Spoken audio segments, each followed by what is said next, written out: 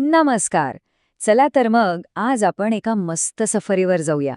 ही सफर आहे एका मुलाची, ज्याला ना एका जादुई झाडाकडून एक खूप खास गोष्ट शिकायला मिळाली. ही गोष्ट आहे रोहनची. आणि हो, त्या जादूची जी आपल्या सगळ्यांमध्येच लपलेली असते. एक मिनिट. तुम्हाला काय वाटतं, जादू खरी असते का? म्हणजे बघा ना, आकाशातले ते इंद्रधनुष्याचे रंग किंवा रात्री चमचम करणारे तारे, ही पण एक प्रकारची जादूच आहे की नाही? चला तर बघूया आपल्या रोहनच्या आयुष्यात नक्की कोणती जादू घडते. तर गोष्ट आहे महाराष्ट्रातल्या एका छोट्याशा हिरव्यागार गावाची. या सुंदर गावात ना रोहन नावाचा एक मुलगा राहायचा.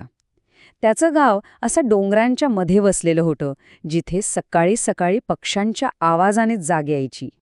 पण ह्या छानशा गावात राहणाऱ्या रोहनची एक छोटीशी अडचण होती. त्याला ना एक सवय होती. तो होता खूप आळशी. म्हणजे त्याला दिवसभर फक्त आरामच करायला आवडायचा. खेळायला जाण्यापेक्षा किंवा आईला मदत करण्यापेक्षा झोपून राहण्यातच त्याला जास्त मजा वाटायची.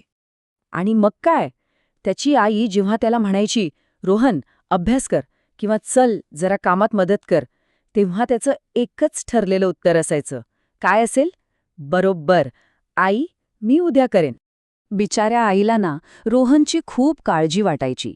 ती त्याला प्रेमाने जवळ घ्यायची आणि म्हणायची, अरे बाळा, असं नको करू.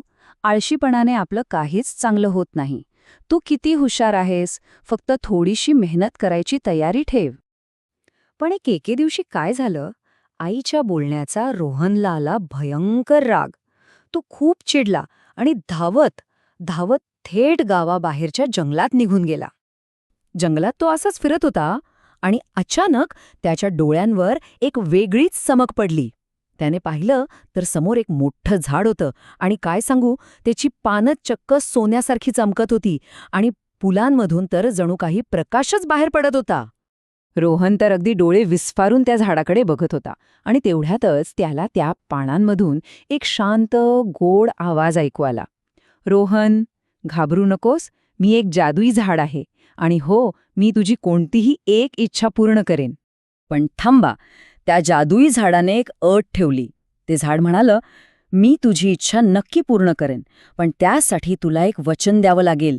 तुला मेहनत करायला तयार राहावं लागेल. जमणार? अरे वा! हे ऐकून तर रोहन इतका खुश झाला की विचारायलाच नको.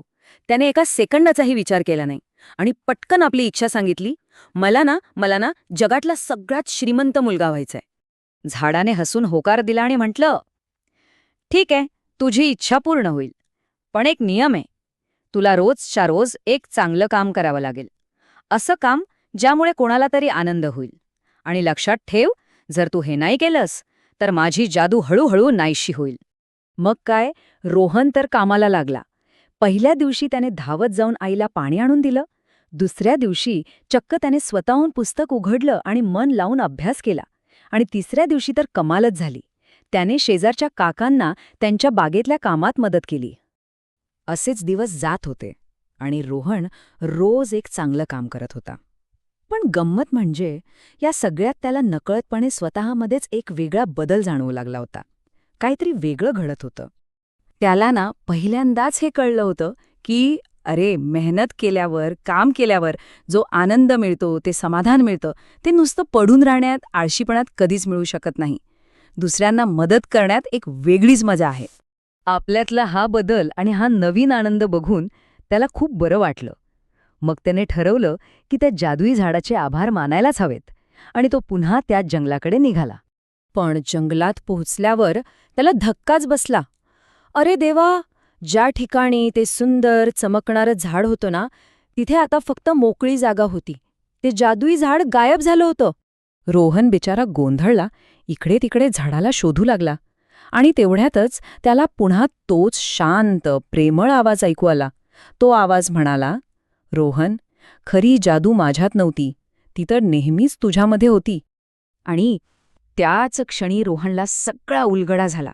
त्याला समजलं की खरी जादू म्हणजे दुसरं तिसरं काही नसून ती आपल्या स्वतःच्या मेहनतीत आणि आपल्या प्रयत्नांमध्येच दडलेली असते.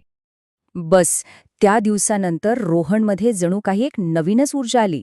त्याने आळसाला कायमचा टाटा बाय बाय केला आणि तो एक खूप मेहनती, सगळ्यांना मदत करणारा आणि जबाबदार मुलगा बनला. तर मग या गोष्टीतून आपल्याला काय शिकायला मिळालं? प्रत्येकामध्ये एक खास जादू असते, नाही का? आता विचार करण्याची वेळ आपली आहे की आपल्या आत अशी कोणती जादू लपलेली आहे.